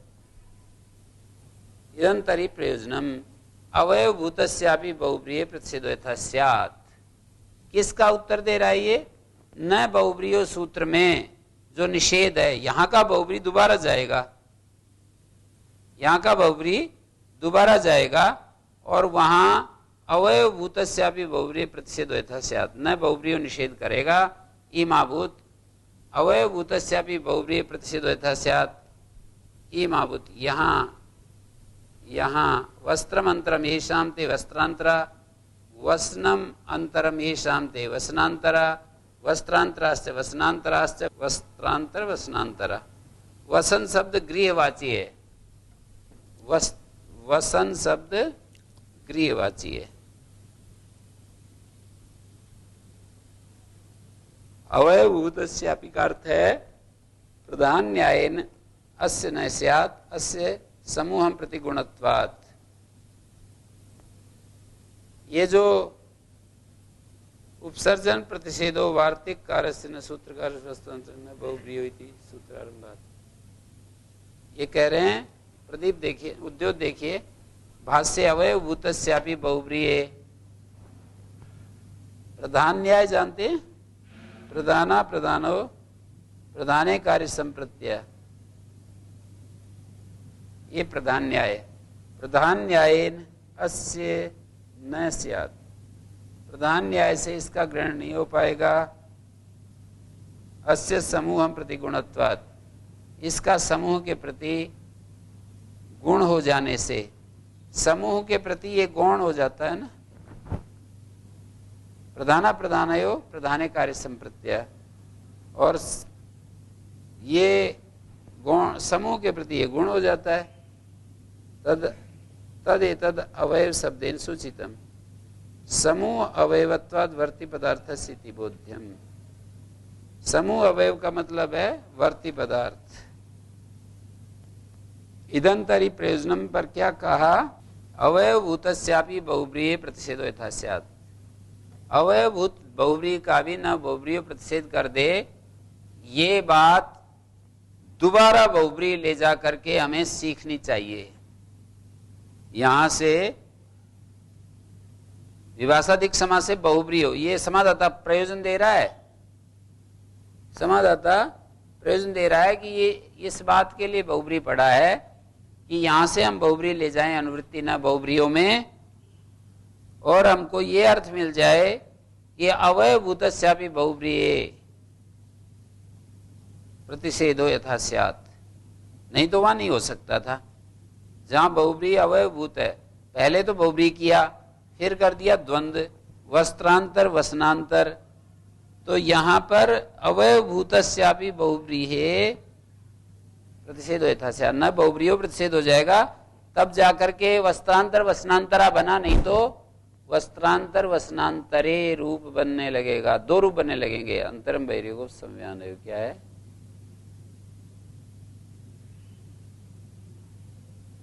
अंतरम बहिर्योगोपसंज्ञानयो, अंतर शब्द की विकल्प से सर्वनाम संज्ञा हो जाएगी, वो वाला, या द्वंद्व से नित्य निषेध हो जाएगा।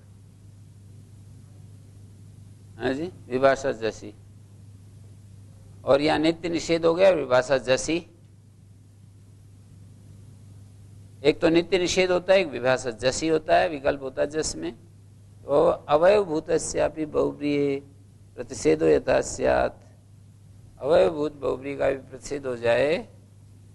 अवयवभूतस्यापि बहुव्रीहि प्रतिषेधो यथा स्यात्, कौन सा प्रतिषेध हुआ? न बहुव्रीहि सूत्र का प्रतिषेध। तो वस्त्रांतर वसनांतरा निषेध हो गया तो एक रूप बना। यदि निषेध ना हो इसका, न बहुव्रीहि का, तो विभाषा जैसी जो है विकल्प होने लगेगा। विभाषा जैसी का विकल्प होगा तो दो रूप बनेंगे, एक रूप थोड़ी बनेगा। वस्त्रांतरे वस्त्रांतरा, वसनांतरे वसनांतरा, ऐसे दो दो बनेंगे, एक ही बनता है। तो अवयवभूत बहुव्रीहि का भी प्रतिषेध हो गया। आखिरी में प्रयोजन ये रहा कि बहुव्रीहि वर्तमाने पुनः बहुव्रीहि ग्रहण से अवयवभूतस्यापि बहुव्रीहि प्रतिषेध होता है। शायद यही काशिका में लिखा है। काशिका में इस सूत्र पर यही बात लिखी है। न बहुव्रीह्यौ बहुव्रीह्योति वर्तमाने पुनर्बहुव्रीहि ग्रहणम भूतपूर्व मात्रे भी प्रतिषेधो यथा स्यात्। यहाँ अवयवभूतस्यापि है, वहाँ भूतपूर्व मात्रे भी, एक ही बात है। वस्त्रांतर वसनांतरा ऐसा बन गया। काशी का आप देख सकते हो इस सूत्र का।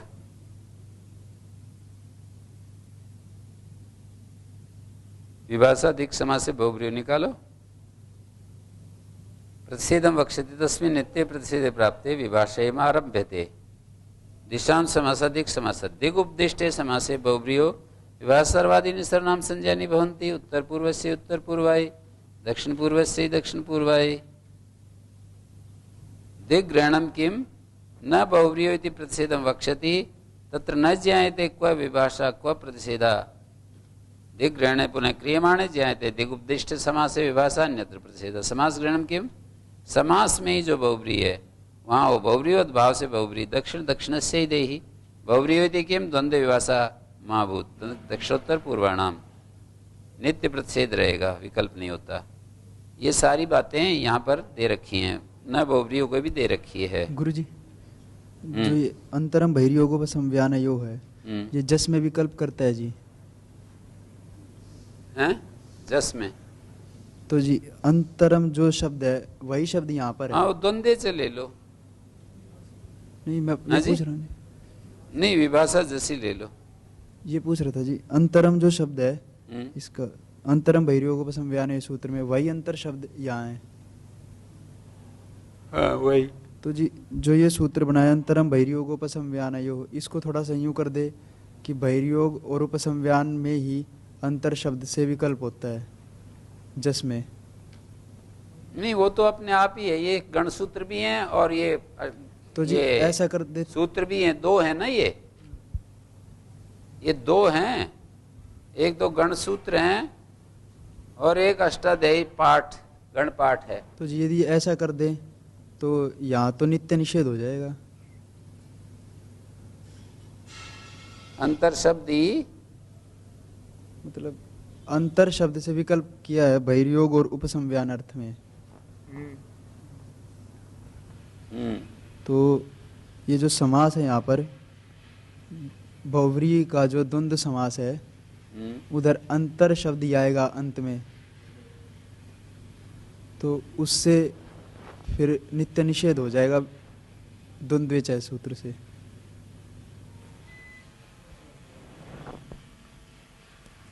द्वंद्वेचय, द्वंद्वेचय तो यही है, सर्वादि शब्द जो पढ़े हैं ना उनका द्वंद्व समास में निषेध होता है और विभाषा जैसी उसी को विकल्प कर देता है जस में।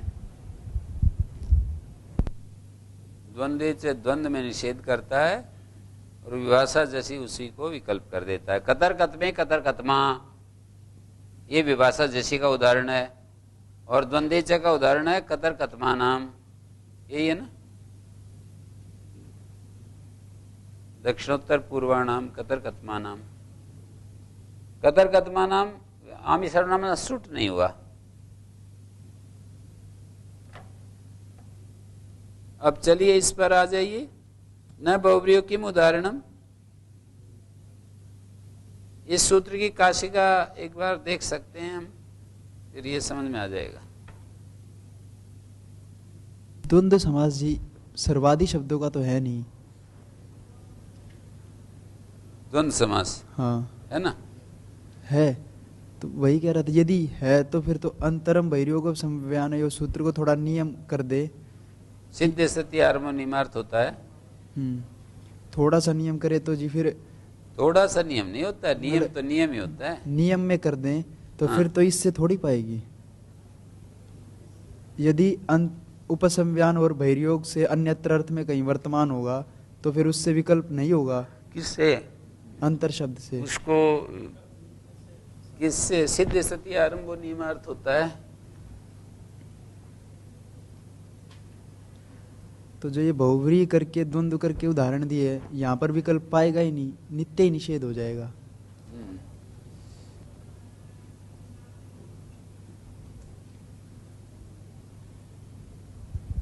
इसको एक बार देखो, वो तो आप अपने इस बिंदु पर विचार करोगे ना।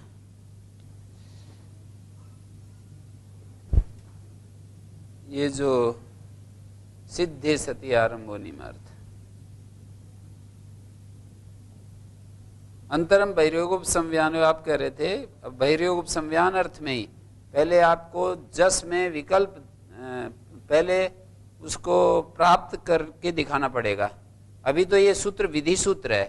अंतरम बहिर्योग संव्यान विधि कैसे है? अंतरम बहिर्योग ये इस तरह से है, बहिर्योग और उपसंव्यान में अंतर शब्द की नित्य सर्वनाम संज्ञा प्राप्ति विकल्प कर रहे हैं जस में। जो गण सूत्र में पढ़ा है ना, गण सूत्र, वहां पर नित्य सर्वनाम संज्ञा प्राप्त थी, अंतर की विकल्प कर रहे हैं जस में। हाँ जी, ये इस सूत्र को एक बार देखिए, काशिका का जो सूत्र है ना, न बहुब्रीहि।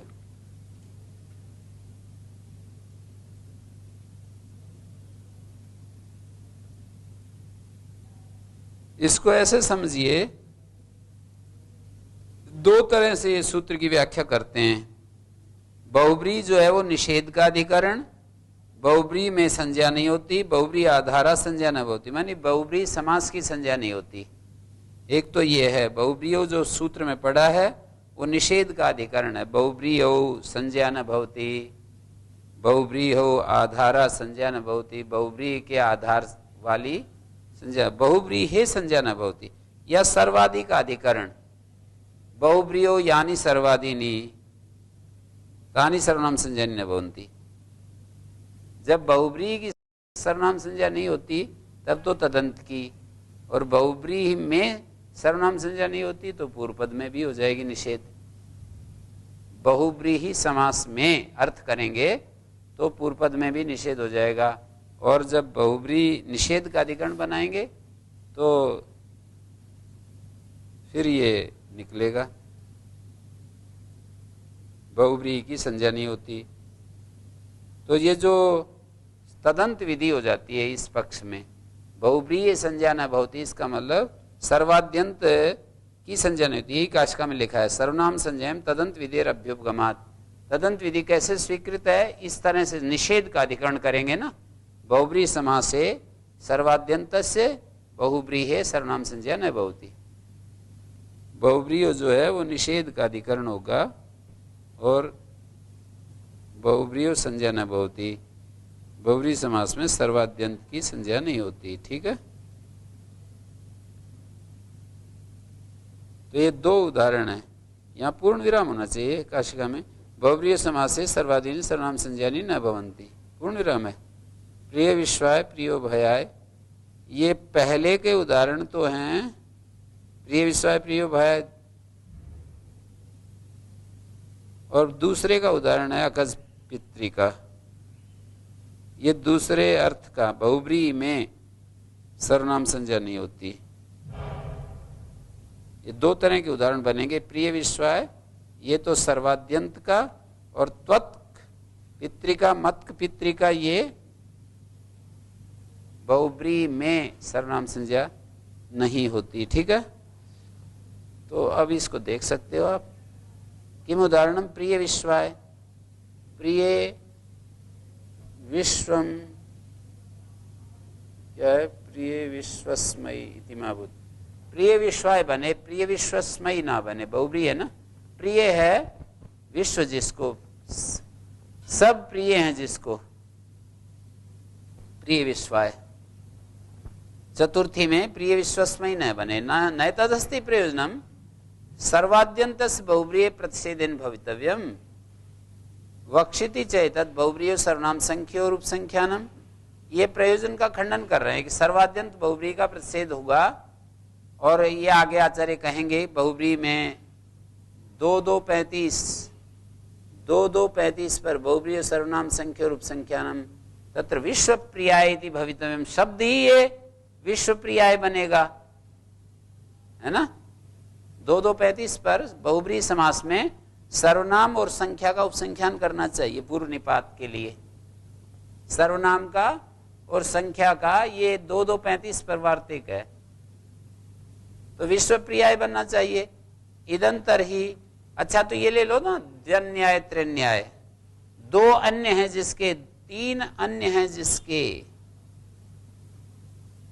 हैं? द्व्यन्य क्या कहलाएगा, एक तो आदमी के पास धर्म है और 2 अन्य हैं जिसके,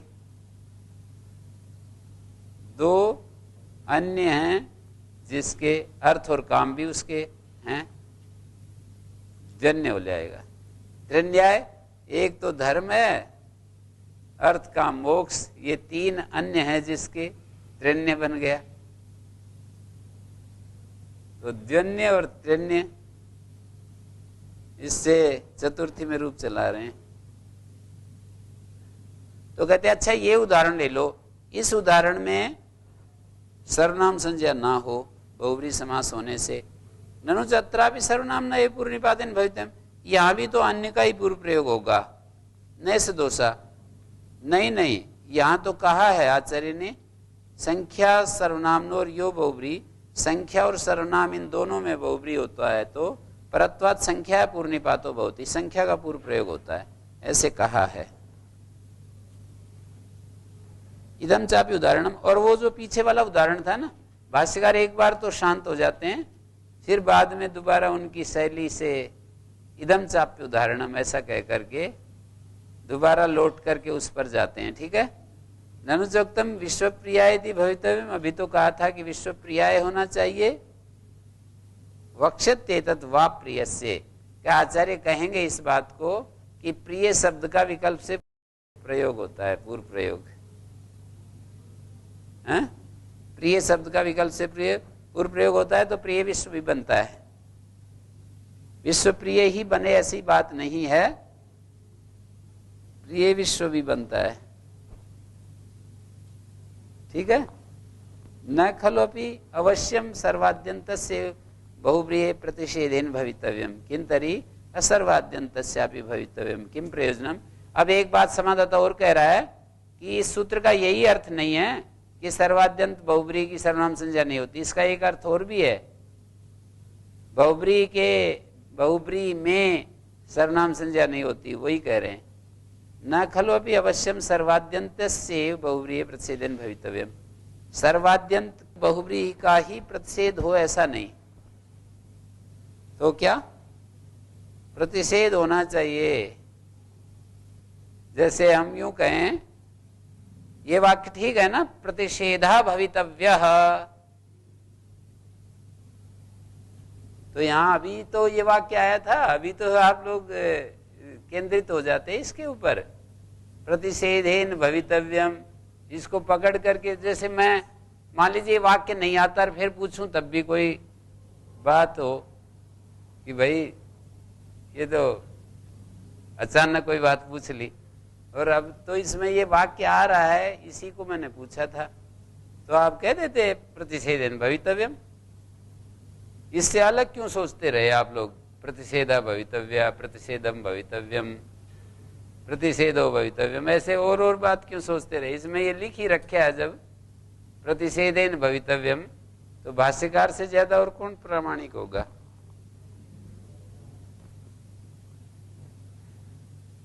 न खलो भी अवश्यम सर्वाद्यंत से बहुव्रीहि प्रतिषेधेन भवितव्यम। देखा, प्रतिषेधेन भवितव्यम किंतरी असर्वाद्यंतस्यापि भवितव्यम, असर्वाद्यंतस्यापि बहुव्रीहि प्रतिषेधेन भवितव्यम। किम प्रयोजनम?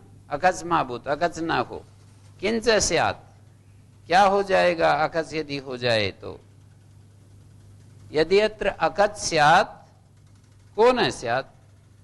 वो पिछले वाली ढंग से बात चली है ना, जैसे उब पर आई थी, ये कस्यदन काकचोर विशेषा, क और अकच में क्या भेद पड़ेगा? व्यंजनांतेषु विशेषा, व्यंजनांतों में अंतर पड़ेगा।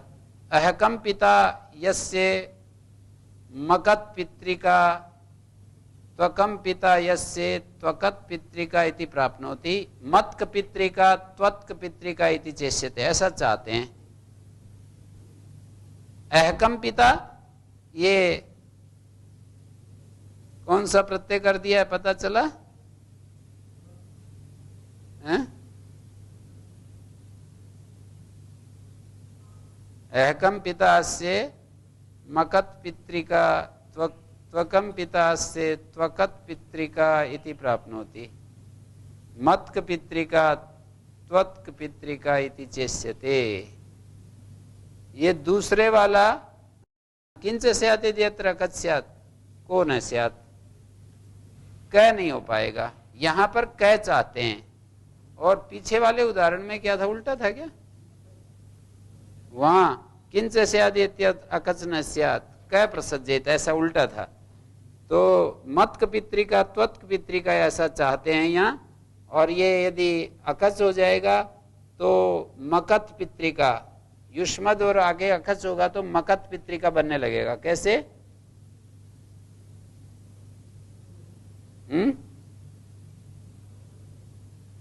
अहकम पिता से मकत पितृका त्वकत पितृका इति प्राप्नोति। ठीक है।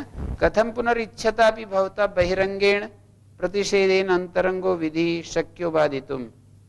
अंतरंग विधि है अकच और बहिरंग प्रतिषेध है, पहले ही हो जाएगा अकच तो। अंतरंगान अभी विधिन बहिरंगो विधिर बाधते गोमत प्रिय इति यथा। गोमत प्रिया में जैसे लुक पहले हो जाता है और नुम अंतरंग नहीं होता है। गोमत सु प्रिय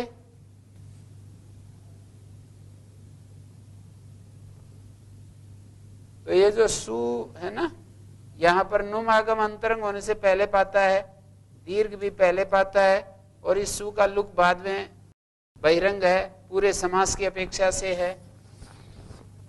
समास की अपेक्षा सु का लुक है ना, तो ये बहिरंग है और इसको मानकर ये अंतरंग है। तो प्रत्युत्तर पदोष से पर एक ज्ञापक है अंतरंगान अपि विधीन बहिरंगो लुक बाधते। अंतरंग विधियों को भी बहिरंग लुक बाध लेता है। तो यहां पर भी इन्होंने कहा कथम पुनरिच्छता भी भवता बहिरंगेण प्रतिषेधेन अंतरंगा विधो शक्य। ये जब हम बोला ना कि तुम पिता हो जिसके, तुम पिता हो जिसके, यहां अकस तो पहले ही हो जाएगा। तुम पिता हो जिसके,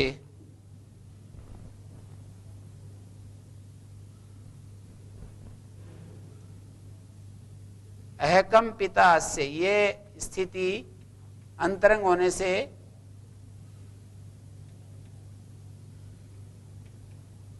जैसे युष्मद सु पितृसु ऐसा है ना, ये तो लुक भी पाया, सु और सु का सुबोधात प्रातिपदिक है, सु को मानकर अकस भी पाया। तो अकस जो है अंतरंग है और न बहुब्रीयो निषेध बहिरंग है। तो अंतरंग जो विधि है अकच, या अंतरंग विधि के ऊपर लिख सकते हो अकच अंडरलाइन करके। अंतरंग विधि अकच जो है बहिरंग प्रतिषेध के द्वारा कैसे बांध ली जाएगी? तो कहते हैं तो बांध ली जाती है। अंतरंगान विधिन बहिरंगो विधिर्बाध्यते गोमत प्रिया, ऐसा क्रियते तत्र यत्न, इसके लिए यत्न किया ही है। प्रश्नकर्ता कह रहा है इसके लिए तो यत्न किया है। प्रत्युत्तर पदयोश्च अंतरंगान विधिन ननु चाहिए। आप यहाँ क्या यत्न है? बोले यहाँ तो है ना न बहुप्रियो अस्ति अन्यदे तस्य वचने प्रयोजनम। इस वचन का तो अलग प्रयोजन है। क्या प्रयोजन है? प्रिय विश्वाय निषेध हो जाए, सर्वनाम संज्ञा का निषेध हो जाए प्रिय विश्वाय में। उपसर्जन प्रतिषेध है ना आप ये तत्सिद्धम कहते हैं, वहां संजय उपसर्णी भूतानाम प्रतिषेध वार्तिक है ना, उसी से सिद्ध हो जाएगा ये। अयम खल्वपि बहुब्रीये, बहुब्री रस्ते प्राथम कल्पिका। प्राथम कल्पिक माने प्रथम प्रतीत है। ये बहुब्री एक तो प्रथम प्रतीत है। यस्मिन एक पद्यम एक स्वरियम एक विभक्तिकत्वम, तीन चीजें, एक पद होता है, एक स्वर होता है, एक विभक्ति हो जाती है। प्राथम कल्पिका प्रथम प्रतीत है। अस्ति तादर्थ्यात् तात शब्दम, और तादर्थ से तात शब्द में भी बहुब्री का प्रयोग होता है। बहुब्री अर्थानि पदानि बहुब्री तद यत् तादर्थ्यात् तात शब्दम तस्येदम ग्रहणम। तो उसके लिए वह शब्द, उसका यहाँ पर ग्रहण। गोनर्दीयस्त्वाह तादर्थात् तात शब्दम तस्येदम ग्रहणम। यहाँ कह रहे हैं बहुब्री शब्द से उसका भी ग्रहण है।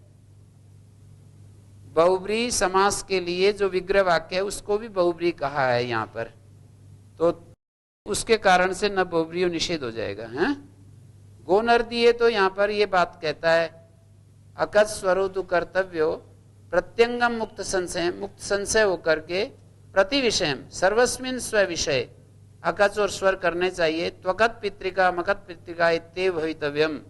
त्वकत पितृका मकत पितृका यही साधु शब्द हैं। ओम शांति शांति शांति।